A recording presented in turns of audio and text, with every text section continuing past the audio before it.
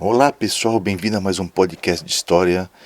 Vamos falar aqui sobre a economia canavieira, porque durante toda a nossa fase colonial brasileira, sempre houve um produto em torno do qual se organizava a nossa economia. A importância de determinado produto crescia até alcançar um apogeu e depois entrava em decadência. Embora sua produção continuasse, surgiu um outro produto que entrava rapidamente em ascensão, substituindo em valor o anterior. Esse mecanismo repetitivo chama-se ciclo econômico. E o período colonial conheceu os ciclos do pau-brasil, no século XVI, o da cana-de-açúcar, no século XVI e XVII, e mais tarde o da mineração, no século XVIII. O ciclo do pau-brasil predominou em todo o período colonial. Como sua exploração não fixava o homem na terra, levando apenas à instalação de algumas feitorias, não possibilitava a definitiva ocupação da colônia. Assim, ao decidir integrar efetivamente a colônia à metrópole, optou-se pelo plantio da cana-de-açúcar, que atingia dois objetivos: atendia às necessidades de colonização e possibilitava grandes lucros a Portugal. Quanto à mão de obra necessária para o empreendimento, contava-se com o indígena, a principal mão de obra que aqui se tinha, e depois com os negros africanos que chegavam através do comércio de escravos que Portugal já tinha na África. A instalação da empresa açucareira no Brasil exigia a aplicação de imensos capitais para a compra de escravos, plantio de cana-de-açúcar e para a instalação dos engenhos, onde se moía a cana, se fabricava o açúcar. Além disso, o transporte e a distribuição do produto para a Europa, que era uma das coisas mais lucrativas que daria o empreendimento, era uma tarefa gigantesca e na qual Portugal não tinha recursos suficientes para empreender. Então os portugueses se associaram aos holandeses e, em troca do financiamento dos holandeses para a empresa açucareira, davam aos holandeses o direito de comercializar o produto em toda a Europa. Dessa forma, a Holanda foi financiando a instalação aqui dos engenhos no Brasil. Na colônia, organizou-se a produção açucareira, sujeita às exigências lusas de produção de riquezas, numa dependência denominada pelo Pacto Colonial. Toda a vida colonial girava em torno das relações econômicas com a Europa. Buscava-se produzir o que interessava à metrópole nas maiores quantidades possíveis. Assim, a implantação do cultivo da cana-de-açúcar se desenvolveu em grandes propriedades chamadas latifúndios, originadas das Seis Marias, distribuídas pelos donatários e governadores gerais. Contando com o solo argiloso, comum no litoral e nas margens dos rios, o Nordeste transformou-se no principal polo açucareiro do Brasil, tendo à frente as regiões de Pernambuco e Bahia. Nos grandes engenhos só se plantava cana-de-açúcar, usando-se mão de obra escrava, o que os caracterizava como uma monocultura escravocrata. No latifúndio, conhecido como engenho, somente uma pequena parte das terras destinava-se ao cultivo de itens agrícolas para subsistência, como a mandioca, milho, feijão e outras coisas. Ele era formado por extensas áreas desmatadas de florestas, seguidas de plantações de cana. O engenho tinha como principal núcleo a Casa Grande, onde residia o proprietário, o dono da terra, e sua família, e concentrava toda a administração da fazenda. Próximo a ela ficava a capela, e mais adiante situava-se a senzala, um grande barracão miserável onde se alojavam os escravos. Alguns engenhos maiores chegavam a possuir centenas de escravos que viviam amontoados na senzala. O engenho propriamente dito, onde se fabricava o açúcar, era composto pela moenda, a casa das caldeiras e a casa de purgar. Na moenda, a cana era esmagada, extraindo-se o caldo. Na casa das caldeiras, esse caldo era engrossado ao fogo em grandes tachos. E, finalmente, na casa de purgar, o melaço de cana era colocado em formas de barro que secavam até alcançar o ponto do açúcar. Após algum tempo, esses blocos eram desenformados, dando origem àquilo que eles chamavam de pães de açúcar, que eram blocos duros e escuros, formando o que hoje a gente conhece como rapadura. Os pães de açúcar eram então encaixotados e enviados para Portugal e de lá para a Holanda, onde passavam por um processo de refinação, ficando pronto o açúcar. Os holandeses então comercializavam ele para o consumo das pessoas na Europa. Durante todo o ciclo da cana-de-açúcar, a sociedade colonial se definia a partir da Casa Grande e da senzala. Formando o poderoso grupo socioeconômico da colônia, havia os brancos colonizadores, donos dos engenhos, que habitavam as casas grandes. O poder desta aristocracia canavieira ia além das suas terras, expandindo-se para as vilas, dominando as câmaras municipais e a vida colonial. A autoridade do senhor da Casa Grande era absoluta. Em família, era incondicionalmente obedecido e respeitado como se fosse um chefe superior, estando as mulheres totalmente submetidas a um papel subordinado, complementar na sociedade aos mandos do seu patriarca. A sociedade açucareira teve, assim, um caráter explicitamente patriarcal. Os escravos, considerados simples mercadorias, formavam a base econômica dessa sociedade. Indígenas, e principalmente negros africanos, eram responsáveis pela quase totalidade dos trabalhos braçais executados na colônia. O que um padre chamado André Antonil dizia na época, as mãos e os pés do Senhor. A maioria trabalhava de sol a sol na lavoura e na produção do açúcar, e eles eram vigiados por feitores, que ficavam vigiando, e qualquer molejo ou quando o feitor acreditava que o trabalhador não estava fazendo bem o seu serviço, ele empenhava castigos chicoteando os escravos. Formando uma pequena parcela da população, havia ainda os homens livres, plantadores de cana com poucos recursos, que não possuíam instalações para produzir o açúcar, os engenhos, então eles eram obrigados a vender a cana a um senhor de engenho.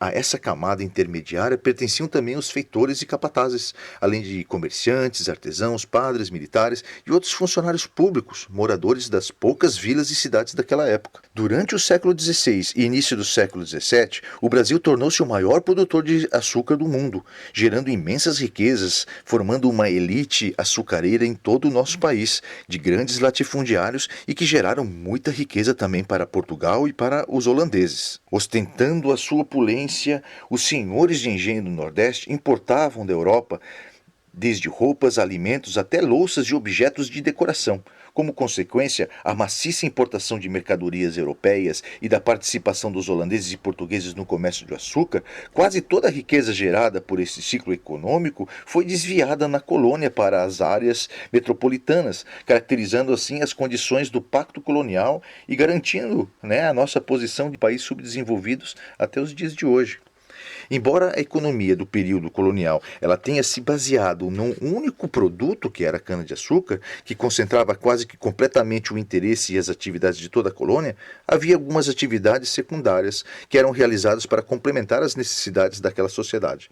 Sendo assim, havia dentro do próprio engenho uma pequena produção de aguardente, de rapadura, utilizada no consumo interno da colônia e também no escambo de escravos africanos. Ao mesmo tempo, iniciou-se a criação de gado, que no desenvolver do Nordeste, próximo aos engenhos, penetrava ao interior do país, criando grandes fazendas.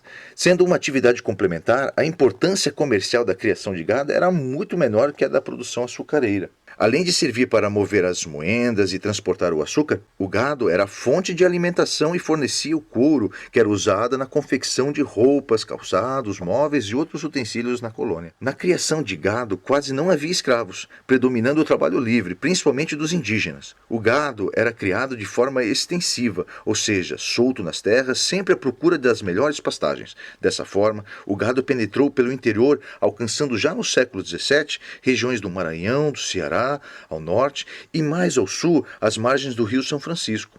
Hoje originaram-se assim diversas fazendas no interior, provocando o desbravamento da atual região Nordeste. Além da criação de gado, havia o cultivo de alguns produtos agrícolas complementares, como a mandioca, que constituía a base da alimentação da população colonial, principalmente a dos escravos. O fumo, ou tabaco, era produzido principalmente para ser trocado por negros escravos na costa africana, onde era muito valorizado, assim como a cachaça. Sua produção vai se desenvolvendo mais na Bahia e em Alagoas. Já o cultivo de algodão desenvolveu-se mais no Maranhão e visava apenas a produção de tecidos rústicos que eram usados aqui para vestir os escravos, já que os senhores, os donos dos engenhos e suas famílias tinham as vestimentas compradas na Europa, através da importação desses produtos. A produção de artigos manufaturados na colônia era totalmente controlada pela metrópole portuguesa, a quem interessava assegurar a venda dos tecidos produzidos na Europa. No século XVII, a riqueza do açúcar levou os holandeses a invadirem o Brasil. Durante alguns anos, eles dominaram o Nordeste e se apropriaram de suas técnicas de produção. Após sua expulsão, em 1654, os holandeses tornaram-se o maior dos concorrentes da produção de açúcar do Brasil, passando a fabricar o açúcar nas suas colônias nas Antilhas. Isso marcou o início da decadência no açúcar no Nordeste, fazendo com que houvesse toda uma crise em relação a esse produto.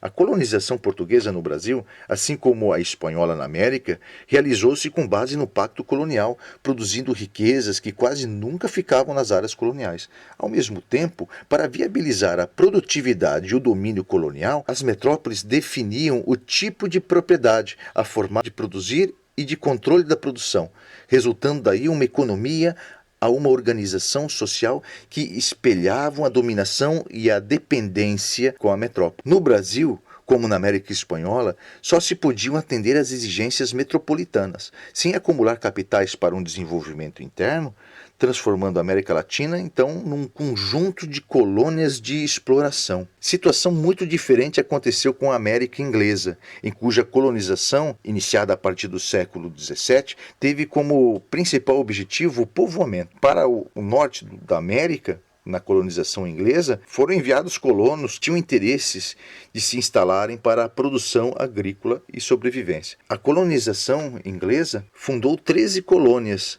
chamadas 13 colônias da Nova Inglaterra, que contavam com um clima temperado de boa parte do seu território, muito semelhante àquele que deixavam na Europa, especialmente no norte e no centro da costa atlântica da América do Norte. Desenvolveu-se ali uma economia dinâmica com produção para o mercado interno, logo desdobrando-se em amplas atividades comerciais e manufatureiras, produzindo as origens das riquezas que fundarão posteriormente Estados Unidos. Pois é isso aí então, pessoal.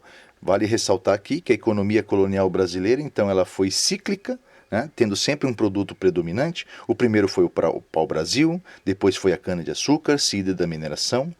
Para garantir a colonização, Portugal escolheu a cana-de-açúcar inicialmente, que oferecia a vantagem de trazer grandes lucros, já que o açúcar era muito valorizado na Europa nesse momento. O empreendimento açucareiro contou com o financiamento de comerciantes holandeses, que em troca distribuíam o produto na Europa, ficando com a maior parte das riquezas geradas por esse ciclo econômico. A exploração do açúcar se fazia aqui no Brasil em grandes latifúndios, sobre o sistema de monocultura e utilização da mão de obra escrava. Cada unidade econômica açucareira chamava-se de engenho.